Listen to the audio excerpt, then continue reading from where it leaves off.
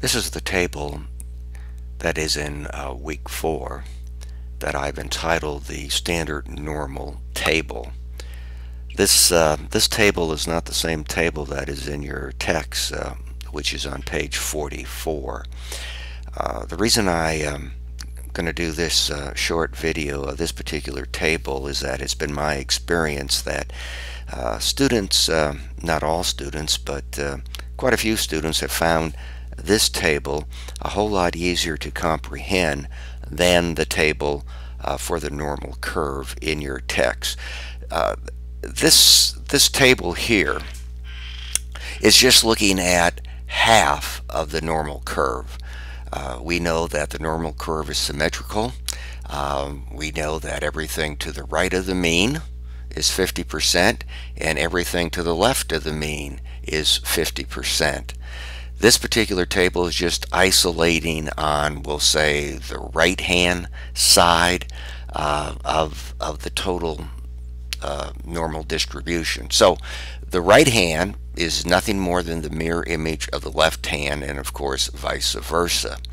Let me just kind of go through an example. Let's assume that, in other words, if we look at the abscissa, at the x-axis here, and let's say that, in other words, if we go, say our standard score z is 1.96, we'll use the example that's reflected here.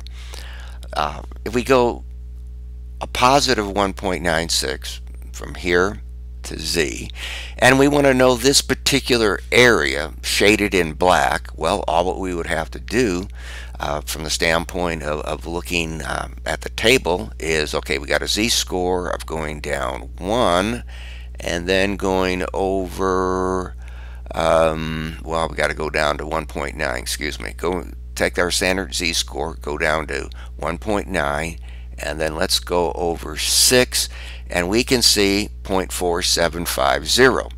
Therefore, what this is telling us is that if we go a plus 1.96 to the right, that the area under the curve is 47.5%.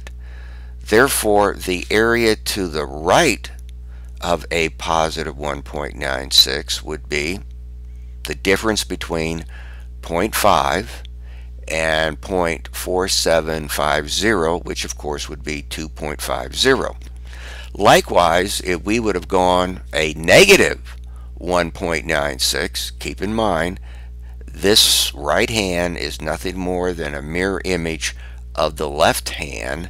Therefore, going a negative 1.96, we would come down and do exactly the same thing that we did before, and we would find out that if we go a negative 1.96, we'd be talking about an area of 47.50. Anything less than that would be 2.5%. So that's just kind of a quick overview, as I said, nothing more than a quick and dirty about the utilization of this particular table. It is just looking at half of the normal distribution.